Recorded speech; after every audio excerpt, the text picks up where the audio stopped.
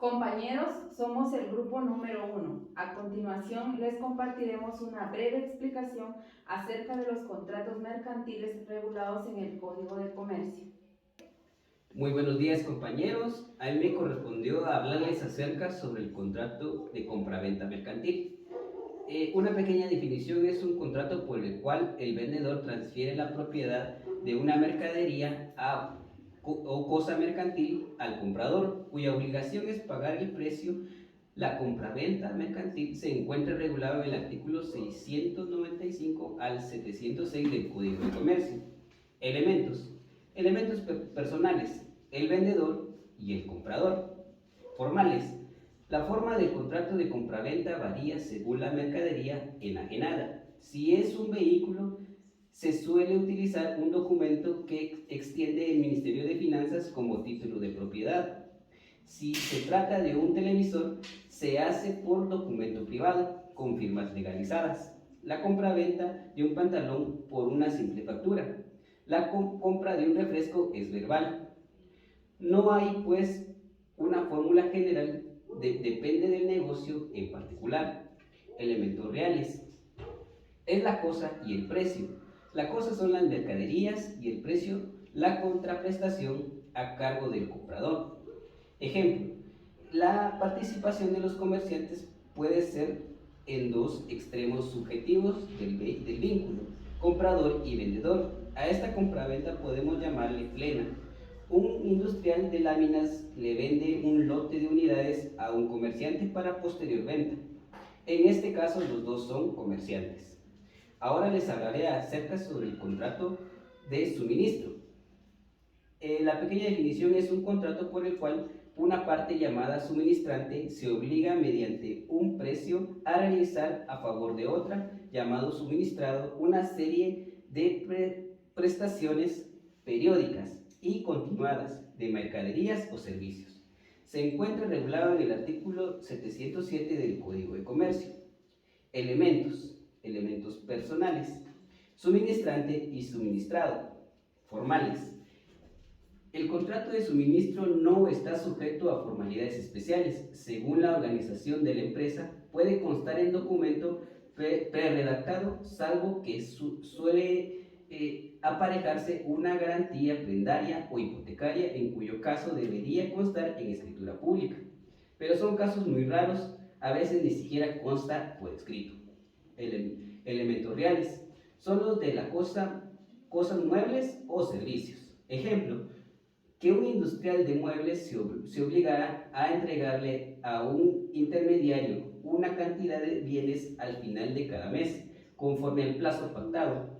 Las prestaciones continuadas se darían en el suministro diario de energía eléctrica o el servicio de garrafones de agua purificada, que un comerciante presta en forma continuada a una empresa. Ahora les hablaré acerca sobre el contrato estimatorio. Una pequeña definición es: el contrato estimatorio es aquel por medio del cual un sujeto llamado consignante entrega a otro llamado consignatario mercaderías a un precio estimado para que en un plazo fijado se pague dicho precio o bien devuelvan la mercadería. Está regulado en el artículo 713, único que se refiere a este contrato. Elementos personales: consignante y consignatario. Formales: el contrato estimatorio no está sujeto a formalidad alguna y regularmente, sobre todo con mercaderías de uso diario, se concerta de palabra, basados en la confianza comercial. Ahora bien, si se tratara de consignar mercaderías sujetas a registro, vehículos, maquinaria identificable, etc., tendría que formularse el contrato en escritura pública e inscribirse en el registro de la propiedad inmueble. Elementos reales: el elemento real son las cosas, mercaderías y el precio. Por ejemplo, una empresa de mesas entrega un contenedor de ese producto a un comerciante. Las mesas son entregadas a un precio de 100 cada una. El consignatario los vende por 150 quetzales, de manera que ese excedente de 50 quetzales es su ganancia. Si no vendiere las mesas, debe devolverlas. De lo contrario, podemos apreciar la función que tiene ese contrato, permitiendo la provisión de mercaderías sin necesidad de un pago inmediato del precio o con la expectativa de... A continuación tenemos el contrato de depósito mercantil. Este es un contrato por medio del cual el sujeto depositario recibe una cosa que le confía el depositante, con la obligación de custodiarlo y devolverlo cuando se le requiera. Un ejemplo de este sería cuando yo voy a pagar un servicio donde me van a guardar mis cosas y me las van a cuidar. Dentro de los depósitos se encuentran el depósito de cosas fungibles, depósito bancario y depósitos de almacenes generales. El depósito de cosas fungibles es cuando se deposita una cuota y me van a devolver lo mismo o otra de la misma calidad y cantidad. El depósito bancario es simplemente ir a depositar el dinero y yo lo puedo retirar cuando yo quiera. El depósito de almacenes generales es el que se compromete a la guarda y custodia de otros bienes. Estas son empresas privadas que tienen el carácter de instituciones auxiliares de crédito constituidas en forma de sociedad anónima y cuyo objetivo es el depósito, conservación y custodia. Hola compañeros, yo les voy a hablar sobre la apertura de crédito. Sus elementos personales son el acreditante y el acreditado. El acreditante se obliga frente a otro llamado acreditado a poner a su disposición una suma de dinero o a contraer obligaciones por cuenta del acreditado. Este a su vez se obliga a restituir las sumas que hubieran dispuesto o las que se hubieran pagado por su cuenta, más gastos, comisiones e intereses que resulten a su cargo. Este contrato está regulado en el artículo 718 al 728 del Código de Comercio. Su función es la función de poner a disposición del acreditado una cantidad de dinero para dedicarlo a sus actividades comerciales o industriales, o bien que se cancelen obligaciones por su cuenta. Unos caracteres de este contrato es que es consensual, conmutativo, principal, bilateral, oneroso. La terminación de este contrato se fija en un plazo para el uso del crédito, la extinción de este por determinado contrato. También puede terminar anticipadamente si el acreditado le comunica por escrito al acreditante su determinación. Puede suceder que se haya omitido el plazo para utilizar el crédito en este caso cualquiera de las partes puede darlo por terminado mediante denuncia que se le hace saber a la otra parte por medio de un notario. Otro contrato que les voy a hablar es de cuenta corriente. Este dice que es el pacto por el cual dos partes estipulan que los créditos que puedan hacer de sus relaciones de negocios y comerciales perderán su individualidad propia al entrar en una cuenta común para convertirse en simples partidas de el debe o el haber, de tal forma que únicamente será exigible su saldo a la hora del cierre de la cuenta, la cual se producirá en la época por ellos convenida.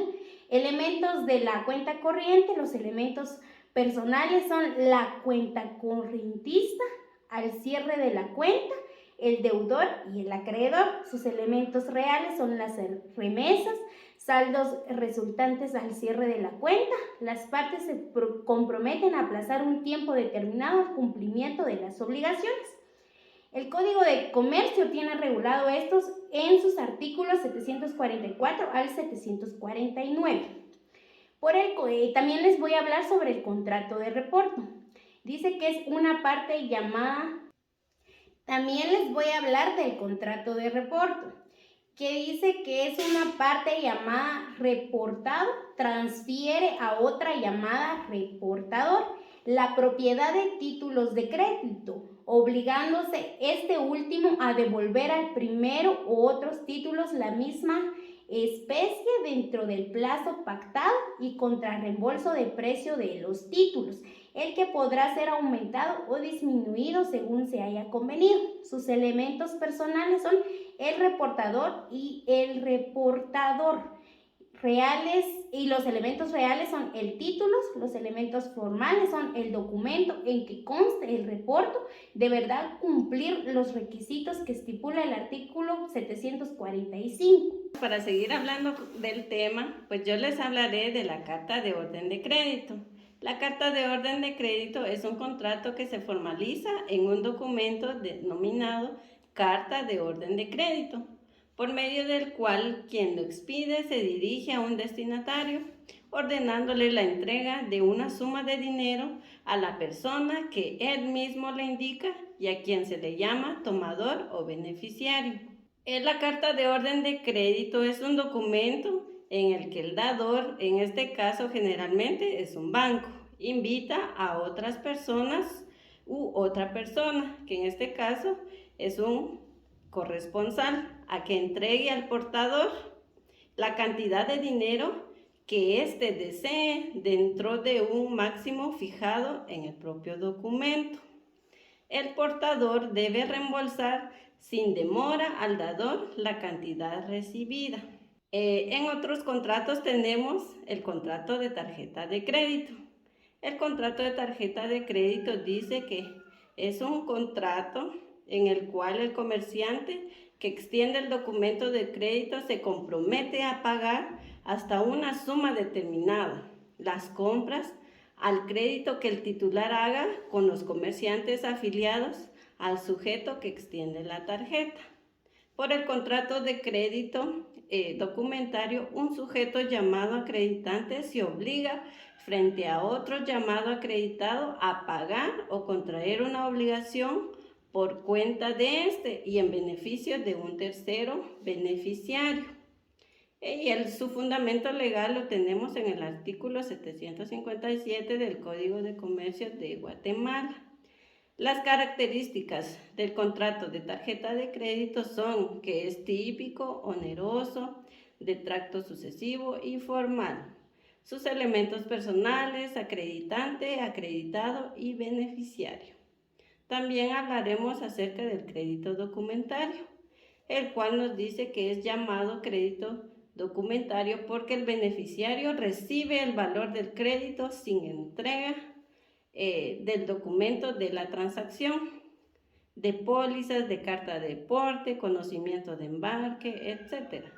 Por el contrato de crédito documentario, un sujeto llamado acreditante se obliga frente a otro llamado acreditado a pagar o a contraer una obligación por cuenta de este y en beneficio de un tercero beneficiario, de acuerdo con los requerimientos propios del acreditado. Sus sujetos son el acreditante, el acreditado, beneficiario y corresponsal.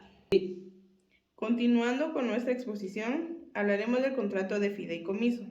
En Guatemala, el fideicomiso se concibe como una figura mercantil y mantiene la restricción básica de que únicamente pueden ser fiduciarios los bancos y sociedades financieras establecidas en el país autorizado especialmente por la Junta Monetaria, siendo como finalidad la conservación, administración e inversión de su patrimonio, protegiéndolo de la inexperiencia, incapacidad, influencias perniciosas. En cuanto a su naturaleza jurídica, es bien mueble y contiene un negocio jurídico unilateral o una declaración unilateral de voluntad en la que el suscriptor se obliga a sí mismo con su firma, siguiendo la teoría de la creación en contraposición a la teoría de la emisión que sostiene que el título tiene existencia jurídica desde que entra en circulación. Sus características podemos hablar de que es formalista, es autónomo, el derecho inmerso en el título está incorporado y forma parte de él. También hablaremos del contrato de transporte, que es un contrato en virtud del cual una persona llamada transportador, transportista o porteador se compromete a cambio de un precio a conducir personas o cosas por un medio y plazo determinados, entregando éstas a su destinatario. En cuanto a su naturaleza jurídica, se trata de un contrato consensual bilateral, salvo cuando interviene el destinatario como parte. También es oneroso, conmutativo, de tracto sucesivo, nominado, típico, que genera una obligación de hacer, consistente en trasladar cosas o personas de un lugar a otro, previamente convenido. Sus elementos personales: el porteador, el cargador, destinatario. Elementos reales: mercancía u objetos y el precio. Formales: carta de porte. En sus modalidades pueden ser contrato de transporte terrestre, es decir, que es el acto por medio del cual el transportista autorizado se obliga con el comitente y por el pago de un flete a ejecutar el transporte de la mercancía de un lugar de origen a un lugar de destino. El contrato de transporte también puede ser marítimo. Es el acuerdo mediante el cual la naviera transportista o porteador se compromete a transportar las mercancías de un cargador o expedidor de un puerto de origen a otro destino, mediante el pago de un flete. También puede ser contrato de transporte aéreo. Es mediante el cual una empresa aérea se obliga a transportar, a pedido de otra persona llamada cargador, desde un punto de origen a un punto de destino. El contrato de participación es el contrato por el cual una persona denominada asociante concede a otra u otras personas denominadas asociados una participación en el resultado o en las utilidades de uno o de varios negocios o empresas del asociante, a cambio de determinada contribución. Sus características son que es un contrato consensual, bilateral, oneroso, principal, típico, de colaboración que afecta a una empresa. Sus elementos personales son el gestor, que es la persona titular del contrato de participación; los participantes, que son las personas que aportan bienes o servicios y comparten con el gestor las utilidades o pérdidas que resulten de las operaciones de la empresa. Sus elementos reales: las aportaciones, que pueden ser bienes o servicios, así como las ganancias o pérdidas que se generen de la gestión, de las cuales se repartirán entre los participantes. Elementos formales: se puede dar por escritura pública, por documento privado, por correspondencia y verbalmente. También hablaremos del contrato de hospedaje, que es el negocio jurídico que regula las relaciones entre el empresario y el cliente.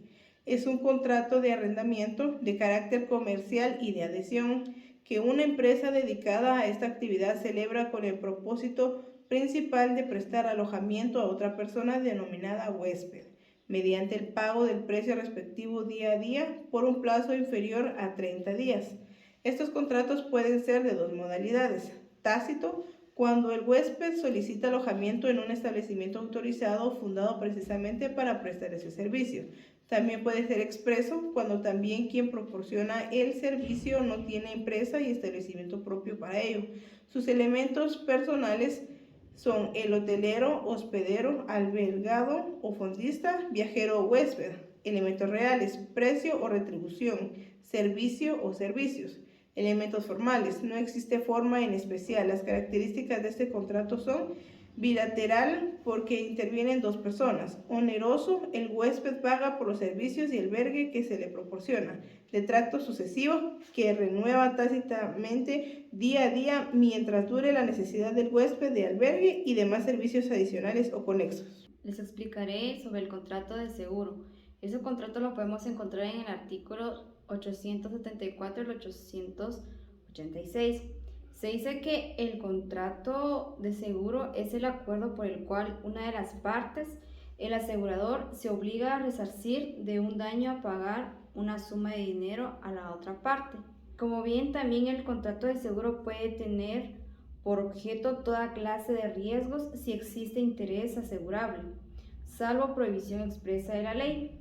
Los elementos personales del contrato de seguro son el asegurador. El ente asegurador puede ser definido como la persona jurídica que, constituida con arreglo a lo dispuesto por la legislación correspondiente, se dedica a asumir riesgos ajenos, cumpliendo lo que a este efecto establece aquella legislación.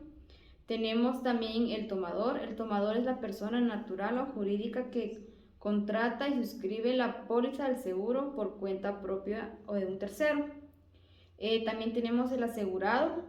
Puede ser definido como el titular del área de interés que la cobertura del seguro concierne y el derecho a la indemnización que en su día se satisfaga, que en ciertos casos puede trasladarse al beneficiario. Tenemos al beneficiario. Es la persona que tiene derecho a recibir la prestación del asegurador. La figura del beneficiario tiene especial relevancia en los seguros de personas, ya que con frecuencia están destinadas a aprovecharse de un tercero e incluso en cierta modalidad esto es necesaria, como ocurre en seguros para casos de muerte. Siguiendo con los elementos, vamos con los elementos reales del contrato de seguro. Son aquellos elementos que, de no concluir, no permiten la existencia del contrato de seguro. Tenemos el interés asegurable, el riesgo asegurable, la prima, la obligación del asegurador a indemnizar y la buena fe. También tenemos el otro contrato, que es el contrato de reaseguro. Se dice que el contrato a reaseguro se traslada a otro asegurador o reasegurador parte o la totalidad del riesgo. Y esto lo encontramos en el artículo 1020 del Código de Comercio, por el cual consiste que un asegurador consigue que otro asegurador llamado reasegurador asuma la totalidad o parte de los riesgos que él soporta respecto de sus aseguradores. El reasegurador no modifica en nada los primitivos contratos del aseguro. Esto podemos entender que consiste que la aseguradora da una parte o la totalidad de su riesgo. En otras palabras, es un seguro de seguro. También tenemos el contrato de fianza. Es un contrato por medio del cual una persona denominada fiadora se obliga a responder por la obligación del deudor principal. Es una obligación accesoria en virtud de la cual una o más personas responden de una obligación ajena, comprometiéndose para que el acreedor a cumplirla en todo o en parte si el deudor principal no cumple. ¿Cuáles son las principales características del contrato de fianza? Es un contrato accesorio, dada que para que exista debe haberse celebrado anteriormente un contrato principal. Respalda una deuda ajena. Este contrato puede ser parcial o total, por lo que el fiador se puede obligar ya sea una parte de la obligación o toda en su integridad cuando el deudor principal no cumpla. Es requisito indispensable para que el acreedor le pueda exigir el cumplimiento de la obligación al fiador que el deudor principal no la ejecute en el término estipulado en el contrato del cual depende la fianza. ¿El contrato de fianza se puede constituir solo a favor del deudor principal? No. También se puede constituir a favor de otro fiador. ¿Cuál es la finalidad del contrato de fianza? La fianza se celebra con la finalidad de garantizar una obligación ajena, pero en la cual solo puede el acreedor cobrar al fiador cuando el deudor principal de la obligación no le cumpla. ¿De qué forma se puede constituir el contrato de fianza? Se puede constituir tres formas. 1. Por convención, es la que se da por contrato. 2. Por la ley. 3. Orden judicial. ¿Qué otras cosas comprende la fianza? La fianza comprende, además de la deuda, los intereses, las costas judiciales, los costos del primer requerimiento que se le hace al deudor y al fiador. Esto ha sido todo y muchas gracias. Compañeros, ahora el grupo número 1 se presentará conforme a sus integrantes. Mi nombre es Edwin Osvaldo Tepeu Morales. Mi nombre es Helen Beatriz Morejón Siquinajay.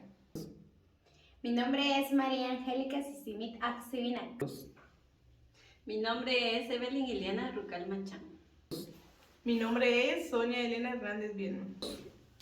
Mi nombre es Elvira Vázquez Arnulfo. Gracias por su atención.